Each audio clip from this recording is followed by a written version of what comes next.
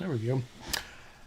Good evening, everyone. It's Pastor Anthony here with the Daily Excellence. Thank you guys so much for being a part of the channel this evening, and we're glad to have everyone on here tonight. It is April 28th, 2026, and it's just a little after 8 o'clock Eastern Standard Time. And so can you believe that April is almost over?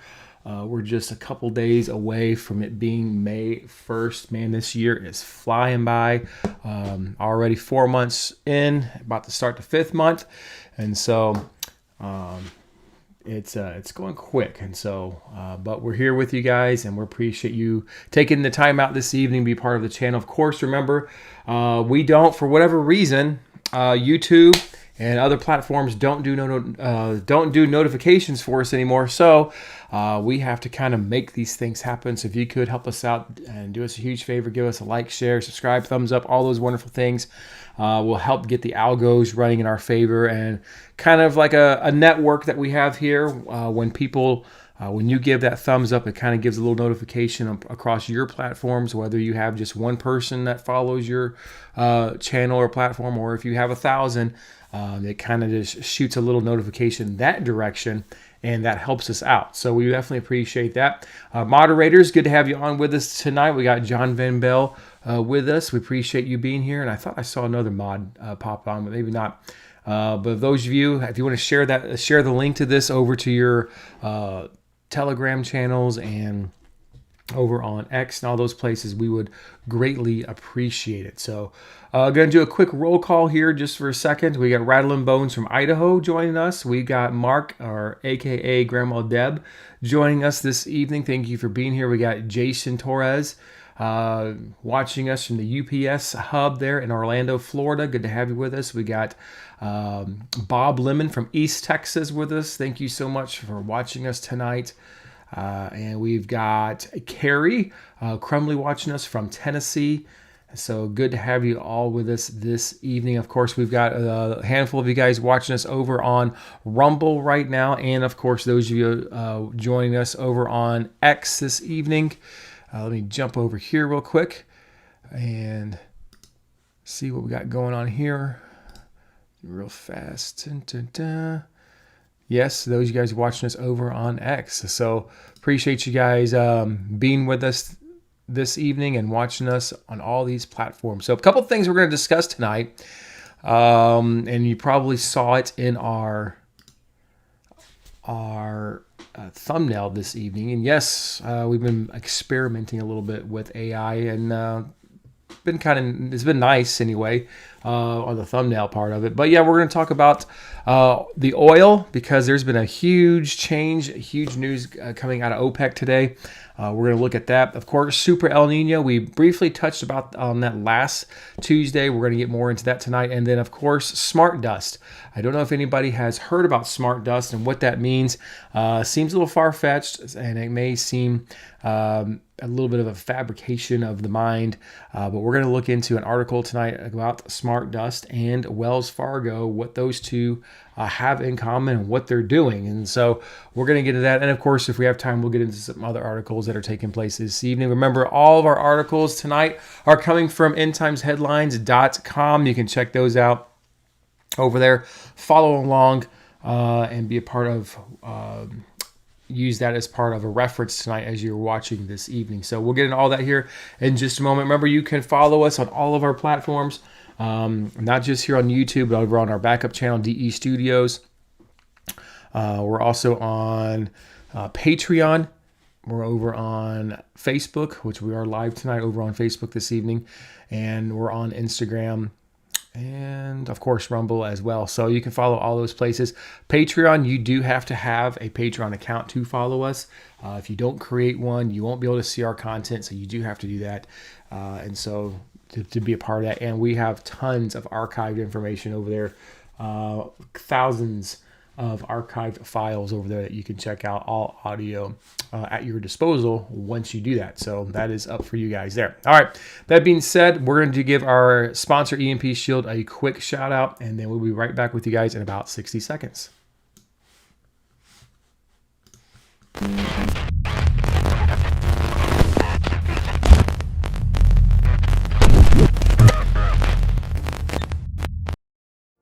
over 37 models that can be used around the world. Our family of EMP protection devices installs easily in minutes. Being employed this year by federal organizations and electrical companies, the EMP Shield has been tested at Keystone Compliance, a federally approved DoD testing facility.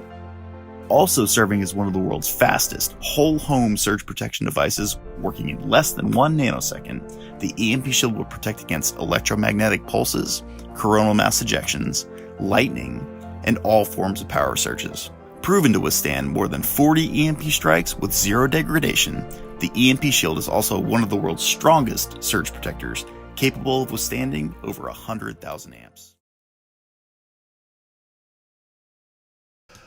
All right, guys, that's EMP Shield. Go to empshield.com. Use promo code DAILY, get $50 off of your device there. So it is an EMP Shield device. Very easy to install, from what I've been told. And you can use that to protect your home, your vehicle, your boat, your generator, whatever it is that you have from electromagnetic pulses, whether it comes from lightning, comes from the sun, or on the unfortunate incident from some type of military action. Whatever it may be, it will protect the circuits in your home by using this device. It's made here in the United States. It's not made overseas. Department of Homeland Justice uses this and for their things that they have going on over there. So we have one of the best discounts on YouTube. Get $50 off of your device. Only have to use promo code DAILY. When you do that, not only do you get a good American-made product, but you also support us here on Daily Excellence. So thank you guys for doing that. All right, let's get into our first article this evening. And we are going to start off with the oil issue, right? Connie Davidson, hello. Good to have you with us tonight. Ben, good to have you with us this evening as well.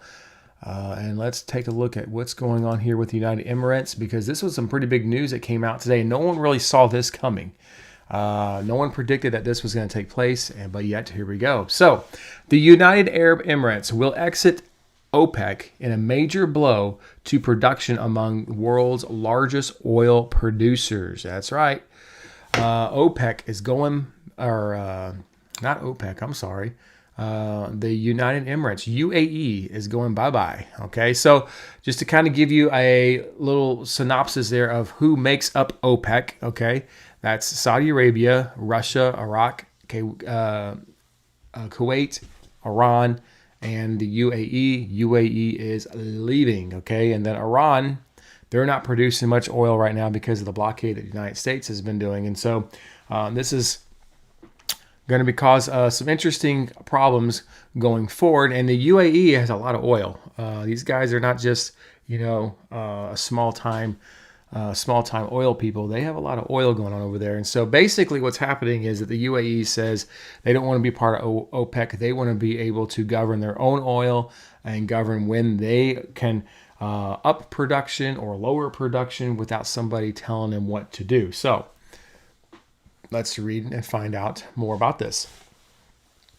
The United Arab Emirates announced that it will leave the Organization of the Petroleum Exporting Countries, OPEC, effective May 1st, which is in 2 days, delivering a significant setback to the oil cartel at a time of heightened instability in the Middle East. According to a report from CNBC, the decision follows weeks of missile and drone attacks on UAE by fellow OPEC member Iran, along with disruptions to shipping in the Strait of Hormuz that have hammered the Gulf states' oil exports and economic lifeline. The UAE, which joined OPEC in 1967, has been a key player in the group's decision for nearly 6 decades. As of February, it ranked as the third largest producer within the organization, behind only Saudi Arabia and Iraq. The surprise move comes after the initial review of production policies and future capacity needs. Energy Minister Shahroom Al-Mazzoui emphasized that the timing was chosen carefully to limit fallout. Our exit at this time is the right time for it, because we will have a minimum impact on the price, and it will have a minimum impact on our friends at OPEC and OPEC Plus, he told CNBC. Excuse me. He also added that the steps that the step is unrelated to past production disputes within the group. This has nothing to do with any of our brothers or sisters within the group. He said, we've been working together for years and years, and we have the highest respect for Saudis for leading OPEC.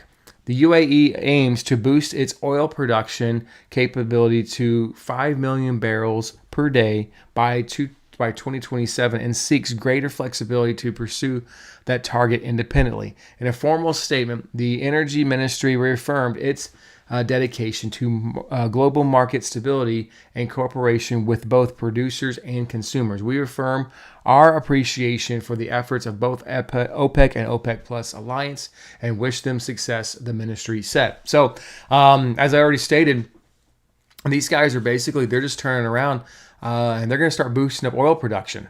Okay, that's what the UAE is planning on doing. And where's this extra oil going to go?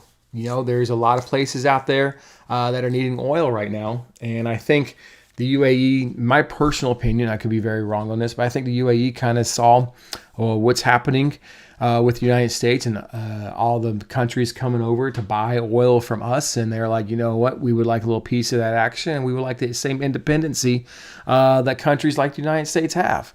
And so this is going to put more oil into the markets. Will prices surge during the transition? Very possible.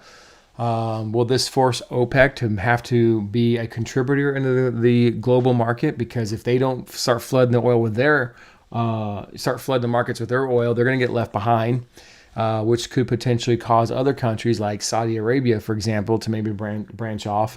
So they're going to have to become a competitor as well now, along with the UAE and the United States. But you got countries that are hungry for oil. You know, we've got Cuba, hungry for oil. China is hungry for oil because Venezuela's out. They're not getting oil from there. There's not much oil going through the Straits of Hormuz as of right now, but that could be changing soon. So there's a need for an increase in production, and so the UAE saw that they can't do that with OPEC, with their fellow partners, so they're leaving. So what does that possibly mean for us here in the United States with more oil in the markets? You know, should it come our direction, with us already amping up drilling here in the United States, hopefully it would potentially mean that prices should start coming down even with a conflict with Iran. Because this actually weakens Iran's position even more, and it weakens the position and the authority that OPEC has had for decades in the oil market.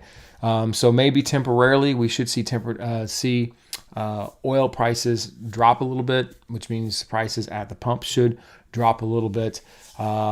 But it kind of makes you wonder what the end game is, what's really going to happen on the other side of all this. And so some shakeups taking place in the oil markets. For the longest time, people have been predicting since this war with Iran began that oil prices were going to shoot up to $200 a barrel, bringing prices at the pump to right around $8.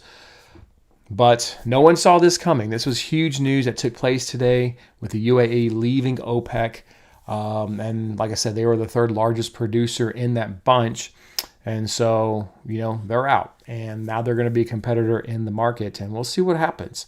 Extra, 5 million barrels of oil there in the market should definitely make something happen in the markets there. And so prices could go a little higher in the short term, but in the long term, they may come back down. But we'll see what happens with it. But definitely something to keep your eye on within the oil markets for sure, as there are some pretty big changes taking place. All right. It says bad storms here in Texas and Oklahoma. I live in Texas. My daughter's in Oklahoma. Yeah, I saw that there was some pretty nasty weather expected for you guys down there. So we're praying that everyone is safe.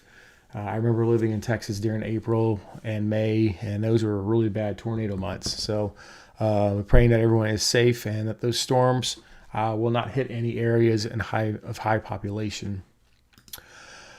Let's see. So that's going on with the oil situation there. And let's see. Of course, Trump talking about oil today.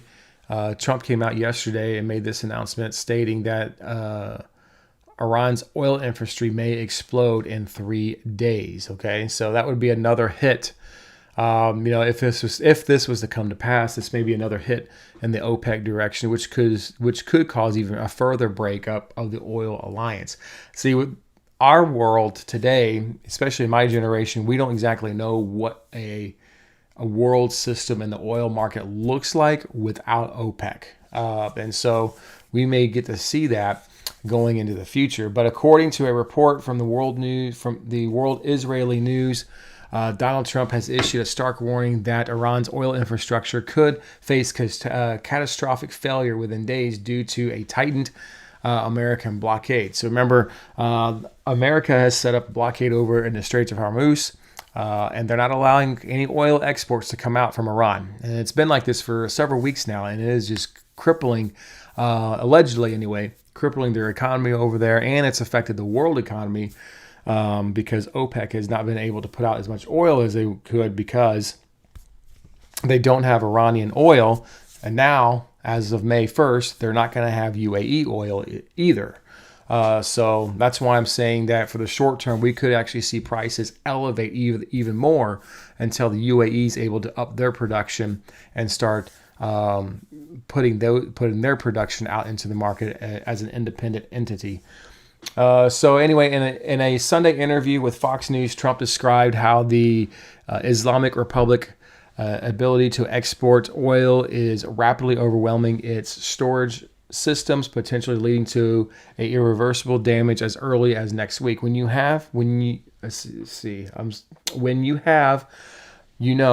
of vast amount of oil pouring through your system, if for any reason that line is closed because you can't continue to put into containers or ships, which has happened to them, they have no ships because of the blockade. What happens to that line? Explodes from within, both mechanically and in earth, Trump told Fox News. So he's basically stating that if they don't come to the table soon and start making a deal, that they're going to lose their oil infrastructure. The pipes are going to burst because the oil has nowhere to go. There's no containers to put it in. There's no ships to put it in because of the blockade.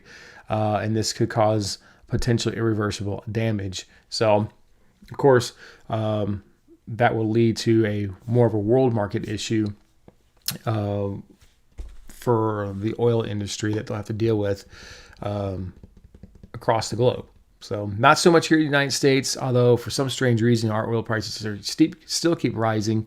Our gas prices still keep rising, even though we have our own oil, and the United States is supposed to be the number one distributor of oil in the world, yet our prices are still going up for whatever reason. So that's what Trump had to say concerning the oil. So a lot going on with oil this week. I would definitely keep your eyes on that as the world is increasingly becoming more oil hungry, which is a kind of an end times prophecy situation there, because we know that at somewhere down the line that Europe and Russia are going to get hungry for oil.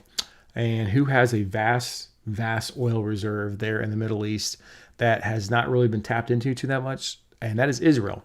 And so could that be used to bring about Gog and Magog? Very possible.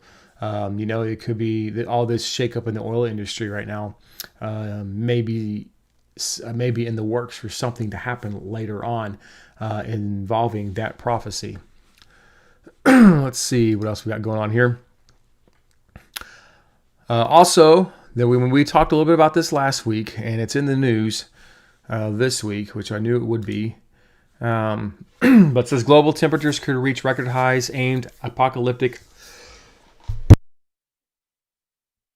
super El Nino. Excuse me there for a second. It says according to a report from the New York Post, scientists are raising alarms over a potential emergence of a powerful super El Nino event, which could drive global temperatures to unprecedented levels and trigger widespread extreme weather in the coming months into next year. The phenomenon already shows signs that could manifest as early as the summer, stems from unusually warm ocean water for surface temperatures in the eastern equatorial Pacific. Experts caution that when combined with ongoing human-caused climate change, it may push average global temperatures beyond critical thresholds, amplifying risk of droughts, floods, and other disasters worldwide.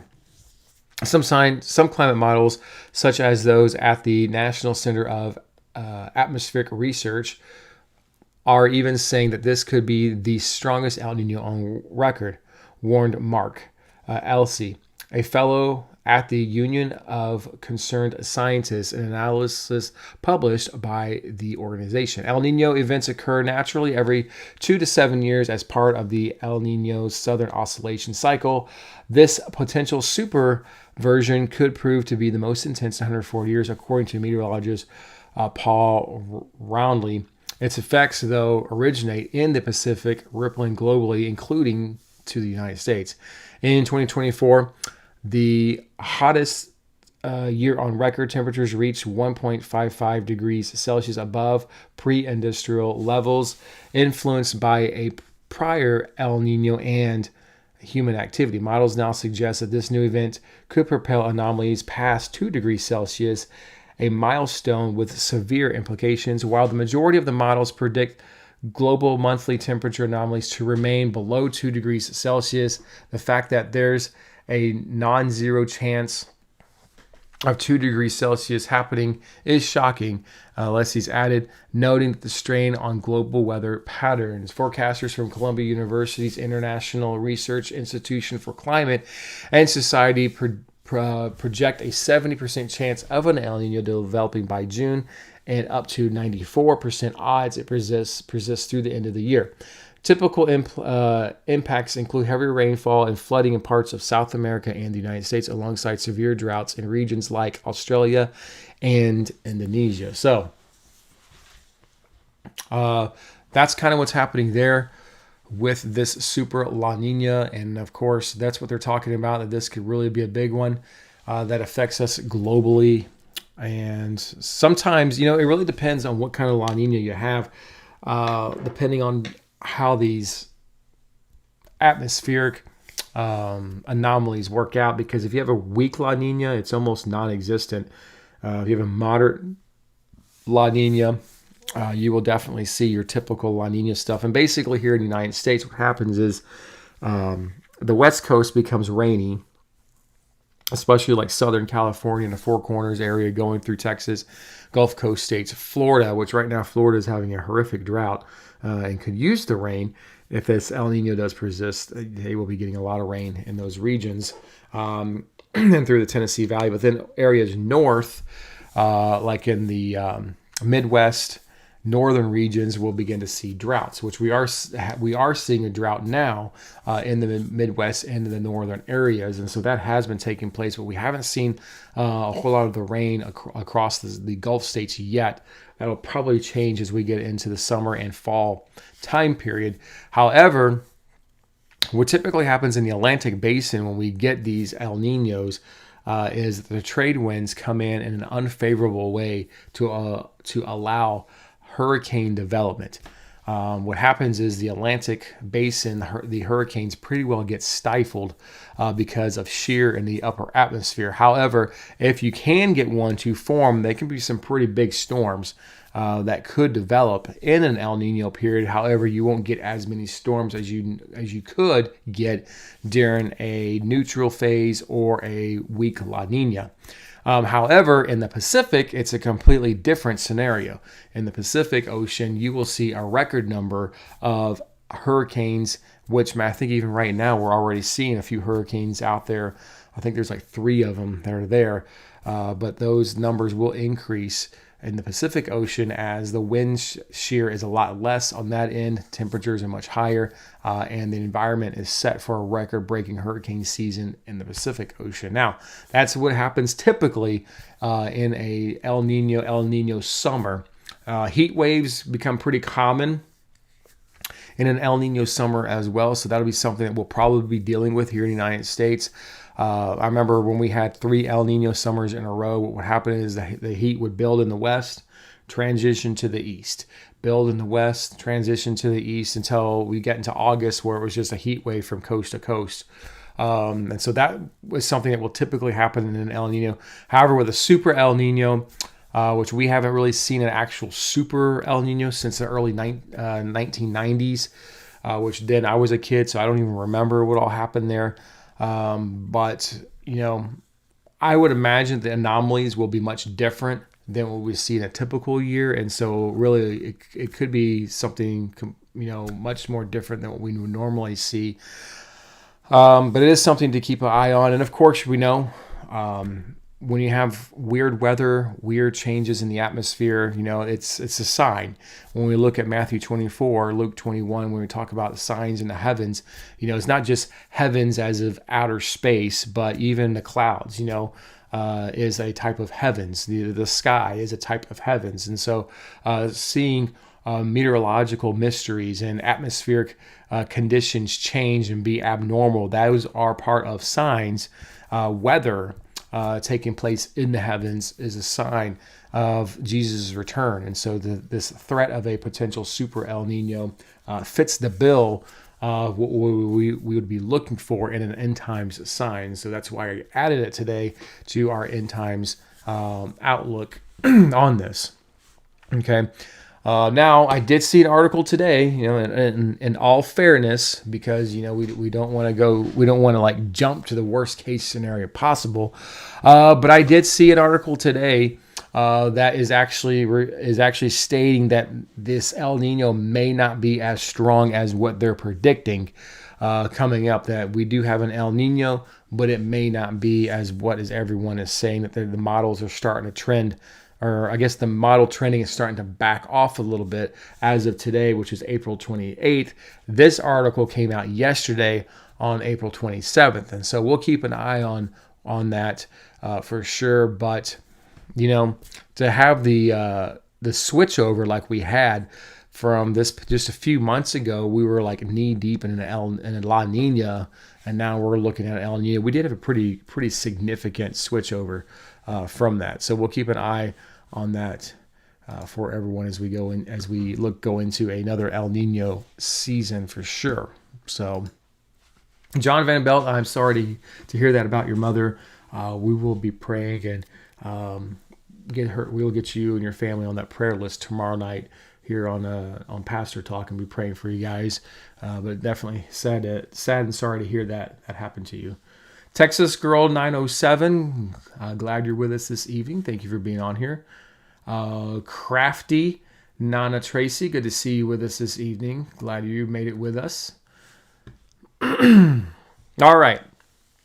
What is going on with Wells Fargo's as they have this patent which describes smart dust for biometric payment verification? Okay, that's what we're talking about. Wells Fargo is looking at potentially using some kind of a smart dust for biometric payment verification. Check it out here. This is the first time I'm really even hearing about this, honestly. But it says here that, smart dusts are microscopic intelligent particles that sit on the skin and continuously authenticate your identity using biometric signals. Capture, encrypt, transmit, and verify. That's right. So how does that work? Well, let's see what we got going on here. According to a detailed LinkedIn post by Joe Begley, Wells Fargo has secured an active U.S. patent that envisions a futuristic layer of biometric security using microscopic sensors known as smart dust. The patent describes electromagnetism system, or MEMS, tiny dust-like particles equipped with sensors that could be released into the air during transitions to verify a user's identity in real time. This technology aims to create an invisible multi-layer authentication shield for banking and payments, potentially transforming how identity is confirmed at point-of-sale terminals or through mobile apps. The process unfolds rapidly upon payment initiation. A base station, which would be which could be ignited into a POS terminal, smartphone, or nearby hub, activates and releases the moles near the user. So does that mean if you have your phone that it could release it right then and there? Oh, I mean, I got questions. Let's see. These sensors float or propel themselves into position, gathering intimate biometric and environmental data, including heart rate, blood pressure, body temperature, breathing patterns, facial recognition, voice signatures, and motion profiles. This is basically like, they can deem you as a threat if your blood pressure is high, if your body motions or body motions are erratic, if your voice signatures are off, maybe if they can determine you as a threat and deny you service, or maybe have one of those humanoid robots there to kick you out, right? I don't know. These motes are stored in a base station or carried by the user AE in a device. Upon activation, they are released into the air near the user. The patent summary notes selected modes are then transmitted their readings. Each carry a unique ID that performs part of a dynamic smart key. Okay. This combined biometric profile and key is compared against a pre-registration user database with multi-factor matching thresholds, potentially requiring over 95 simulated access data styles for approval. If the data aligns, the system generates a one-time virtual card number and approves the transaction. Mismatches or detection of unauthorized foreign nodes trigger an immediate block.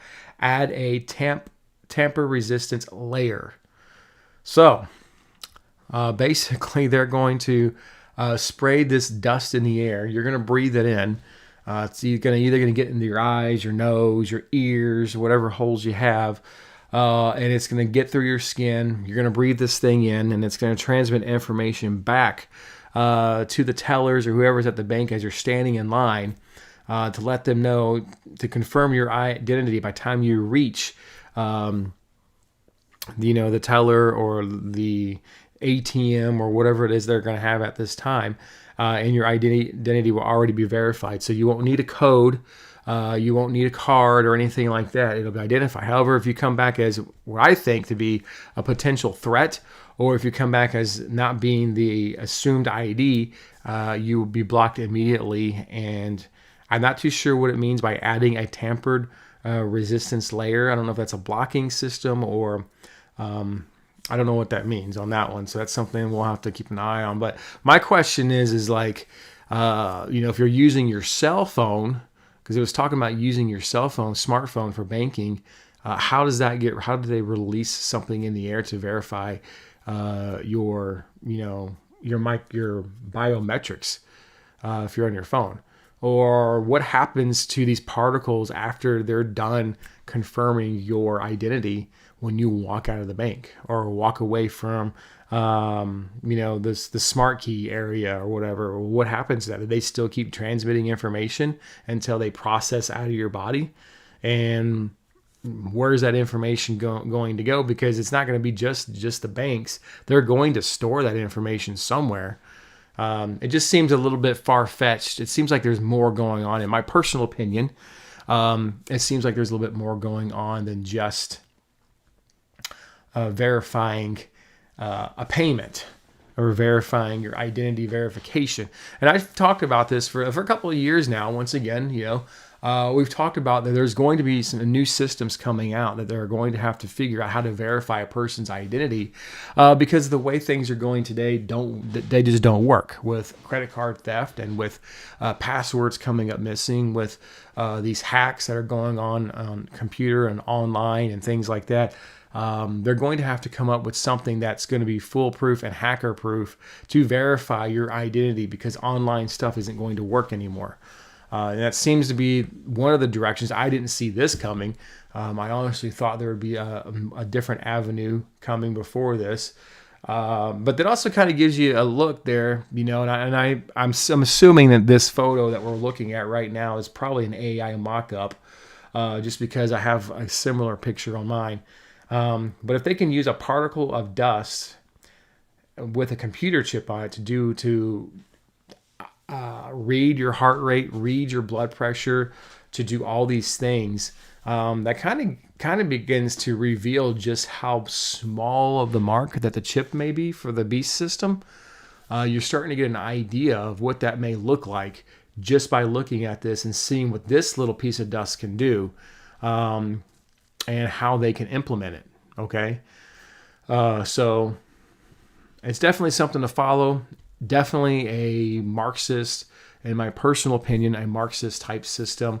This is not a good thing. This is definitely leading up very quickly to much more significant and more serious situations that we could be dealing with in the very near future as we move into a AI data system where you won't need credit cards anymore, and you won't need fiat cash anymore. You won't need your driver's license anymore. Everything's going to be housed on a chip, and you'll carry your identity with you, and you won't have to worry about identity theft.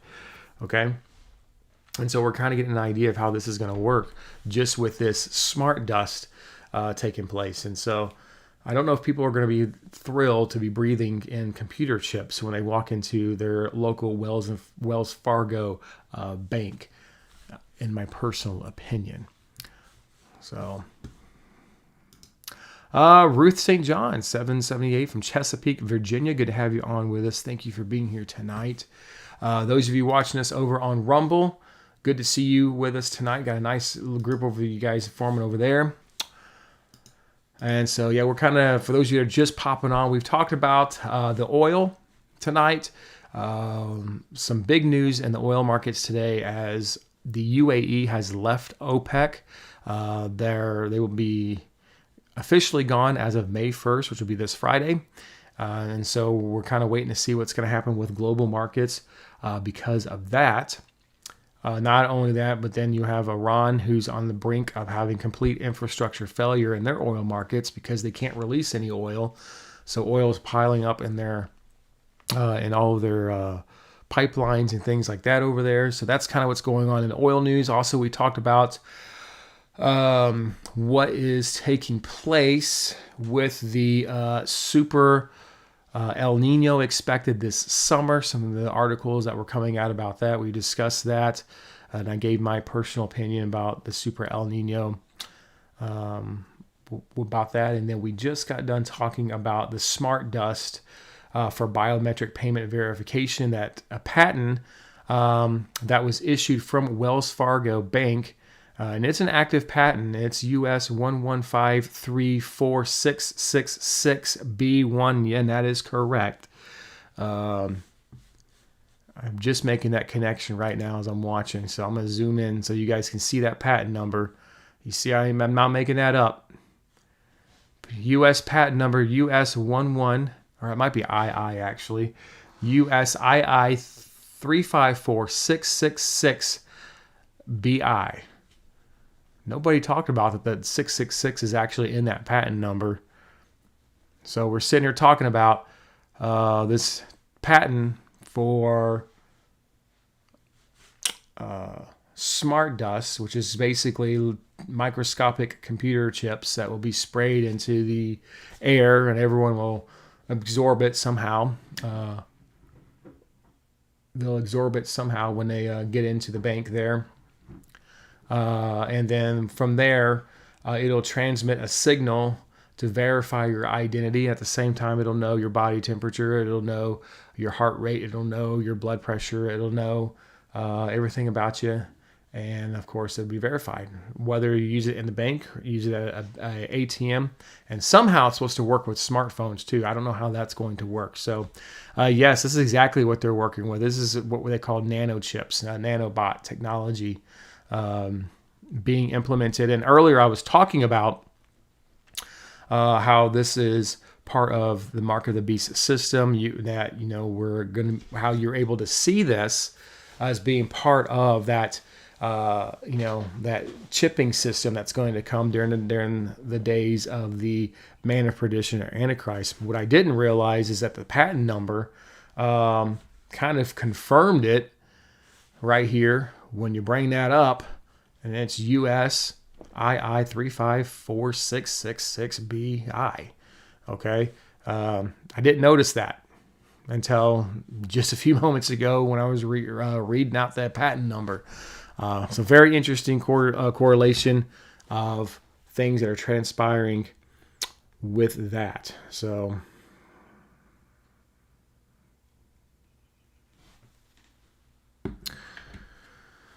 okay, let's see.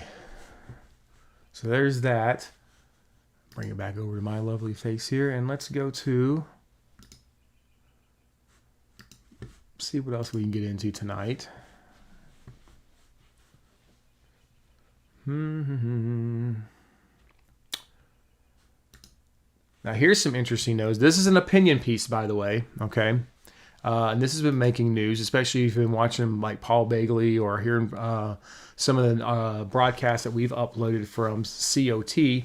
At the time, it was like 11 U.S. scientists. Now it's 13 U.S. scientists. But it says U.S. 13 scientists, 9 Chinese scientists, and a predominant UFO researcher are all dead. And so there's this mystery that's taking place right now. And this is an opinion piece, okay?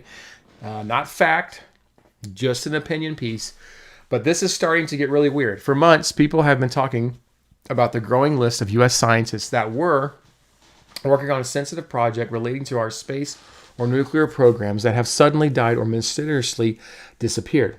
Of course, if someone mysteriously disappears and never comes back, it is probably safe to assume that that individual is dead. Overall, the country people have been demanding answers, and now there are a couple of new twists. It turns out that many predominant Chinese scientists have also been suddenly dying, and this has caused a majority uproar in China. On top of everything else, a famous UFO researcher that regularly appeared on the History Channel has just committed suicide, even though he warned in advance that he would never do that under any circumstances. Remember, we just talked about this on the channel this past week over on Paul Begley's channel. It came up on Thursday night about that.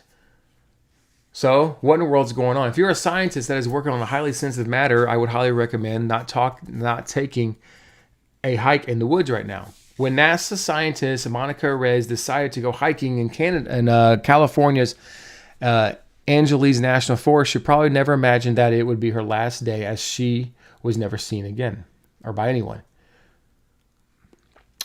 Avid hiker Monica Rez was out with 2 friends walking in California's Angeles National Forest 10 months ago when she vanished into thin air.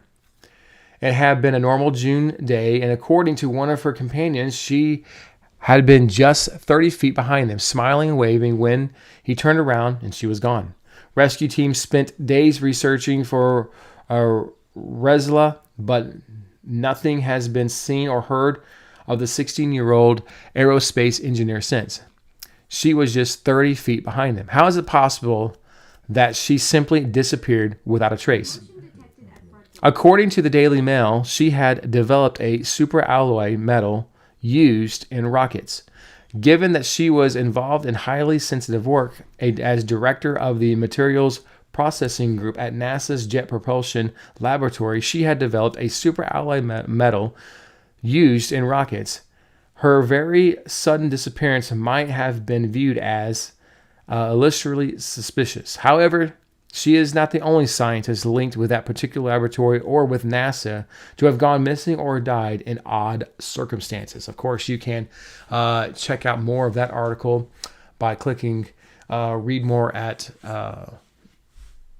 endtimesheadlines.org. And so anyway, these are all the scientists that have allegedly passed away or are now missing. And of course, this one here, the article is referring to, let me see if I can, this person right here is who they were talking about, Monica Rez, part of the NASA group right there. She's the one that disappeared in June of 2025.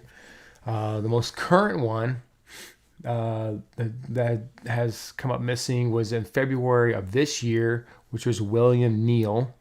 Looks like and I can't tell, retired U.S. Air Force general. And then looks like Carl of, let's see, Caltech astronomist, I believe. Or I can't see what the print on there. Anyway, those are the last two that have passed away. So really weird stuff. Not the first time. This kind of reminds me of what we saw. I remember it was like a year or two ago with all those bankers that came up missing. And they never could figure out what happened there. And it wasn't just here in the United States. It was also in China as well. All those bankers that came up missing. It's all these scientists that have come up missing. What was it they were working on? What do they know that we don't know? Is it possible, in my personal opinion, just spitballing here, is it possible that, especially with what Monica was working on with these, these specialized kind of metals, is it possible that these guys are involved, but maybe they didn't know how much they were involved in the upcoming disclosure that's coming up? The technology to make this disclosure look as real as possible, even though it won't be real. But to the naked eye and to the public, it's going to look very real. If you guys are familiar with these disclosures that we've talked about, is it possible that they were working on that technology, and to make sure that it did not leak out when this disclosure comes available, now they're no longer here? Is it possible? Okay, just spitballing, just an idea, just hypothesizing, just giving an opinion, not saying that's what happened, but it makes you wonder if this is what's happening behind the scenes, in my personal opinion. Okay, so just something to consider or think about. All right, as we get into that discussion this evening. So anyway, a lot of weird stuff going on. Carolyn, good to see you tonight. Thank you so much. Sandy Curtis, thank you for being here. We got Dirt Jackson joining us. We got Gods and Guns with us. Thank you for being here tonight. Thank you all. Remember, please give us a like, share, thumbs up if you like tonight's content and what we're doing here. We would definitely like for you guys to hit that thumbs up. And here's an article here confirming that first one, but it says that Chinese scientists are also dying of mysterious deaths as well. According to a report from Newsweek, Chinese researchers working in a critical military and technological fields have suffered a series of untimely deaths, raising parallels similar to the cases under investigation in the United States. At least 9 prominent scientists in sensitive areas such as military AI, hypersonics, and space defense have died in circumstances often described as accidents or left unexplained, prompting speculation about a possible silent scientist war. Okay.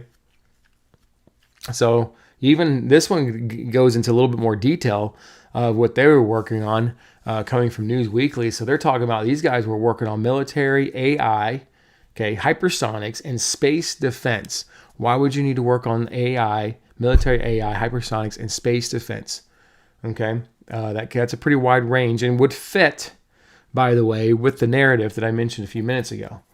In one case, there was a drawn particular scrutiny involves Feng Yingxi, a 38-year-old professor at China's National University of Defense Technology and a lead figure in artificial intelligence and defense applications. Feng, who developed an award-winning war skull, performed for simulating potential Taiwan invasion scenarios, died in an unexplained car crash in Beijing in the early hours of July 1st of 2023 while leaving a late-night work meeting. State media reports that he had been engaged in a major task with one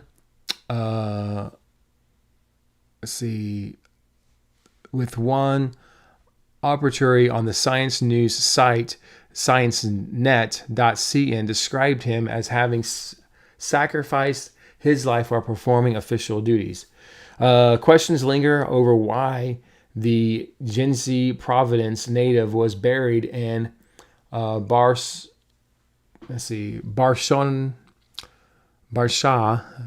Beijing's elite cemetery reserved for Communist Party heroes and revolutionary martyrs. Feng was a mastermind behind AI simulations of potential Taiwan scenarios. It is very odd that the accident happened in the middle of the night. An experienced Western researcher of Chinese military speaking anonymously to Work News Weekly due to the issue's sensitivity, he told the outlet. The researcher added that a person killed in a car crash would not typically be described as having sacrificed his life, and noted the burial choice was very odd. In other cases include space expert Zhang. I'm not even trying to pronounce his last name. Of 62 years, died in a reported car accident on December of 2024. A microelectronics specialist, Chain, 57, killed in 2018 crash, and hypersonics researcher Feng of 68 and Yang Hong of 56, who scrambled to apparent medical issues. So anyway, there's a lot of issues going on here. Drone expert Zhang, 47, data scientist Lu, 51, chemist of Zhang, 51, of biomedical researcher Ling, 49, also died under circumstances ranging from unspecific accidents to sudden illness, with ages spanning from 26 to 68. These incidents mirror U.S. concerns over 11 cases, which are actually now 13, of missing or deceased scientists in comparable fields, which Washington is actively probing. No definitive links or evidence of targeting campaigns have been established, but the pattern has fueled debate among analysts about potential efforts to disrupt technological process in a fiery competitive global landscape, which that's one way to spin it. There toward the end, that these scientists may be being taken out allegedly on purpose due to a fiery competitive global landscape, but I don't think that's what that is. It doesn't even sound like that's what that would be. That sounds like it has something to do with something that when the time comes for these technologies to be released, they don't want those involved in it to be talking, in my personal opinion. So anyway, a lot of weird stuff going on in these last days, and something that I'm sure we will not be hearing the last of this, unfortunately, and we need to keep an eye on that. So anyway, that's all I have for you guys this evening. A lot of weird stuff going on in the news, a lot of some surprising things, things going on in the commodities, things going on in our atmosphere, things going on with technology and AI, and cover-ups, okay? A lot of cover-ups taking place, but these are the signs of the end times taking place. We know where we're at. We know where all of this is leading to, and we just take this time here on Tuesday nights to kind of go through some of the news articles that are taking place in the last few days, tie those in with end times prophecy, where we're at, kind of give a timeline of things. Of course, we don't do dates or anything like that. Scripture tells us that we don't know the time or the date when the Lord will return. Not even Christ himself knows, only God knows. So we don't even try to guess that. But what we can tell you is that things are moving very quickly in a direction that lets us know that we don't have too much time left. So but that's all I have for you guys. Thank you guys so much for being on the channel, being part of our broadcast this evening. Like I said, if you like this content tonight, please give us a thumbs up. This is something a little different we're doing. We're changing things up on Tuesday nights, and just kind of doing like an end times news update type of thing. It's our third week really doing this. So if you really like this, let us know. If there's something else you would like to know, maybe we can add to it. Shoot us an email at support@DailyExcellence.org. Let us know, and we'll see if we can add that in. But we do definitely appreciate you guys being here this evening. So remember, you can follow us on all of our platforms below. Just go to the descriptions box and check us out there. We'll be live here at 10 o'clock Eastern Standard Time on our backup channel, DE Studios, which John's got the link there for you guys in the chat room, so you can check that out. Subscribe over there. But we'll be live over there here in a little bit with Mike from COT. That channel, by the way, is specifically set for old archives. There's nothing new over there. Okay, it's just old archives from the COT that get rebroadcasted on that channel. Okay, sometimes things over here get dropped off because we don't keep anything on this main channel that's past a year, even 10 months on here. We remove them off of here to make room for the new stuff. But eventually that stuff does get rebroadcasted over there on DE Studios. Probably next year it will, but we have old archives. So we've done 2014, almost done with 15. We've been working on stuff from 2025, I think, and 2024 over the last couple of weeks. We'll probably start going back to some of the older stuff starting next week. But yeah, that's all old stuff over there. So, but it's still viable for today. And sometimes it's good to see how things have progressed too since those old archives. It's a good way of kind of checking things out and seeing how things have progressed. So, all right, that being said, everyone have a great evening. God bless you. Remember, you may be the only Jesus someone sees this week, so keep a smile on your face and have a good night, everyone.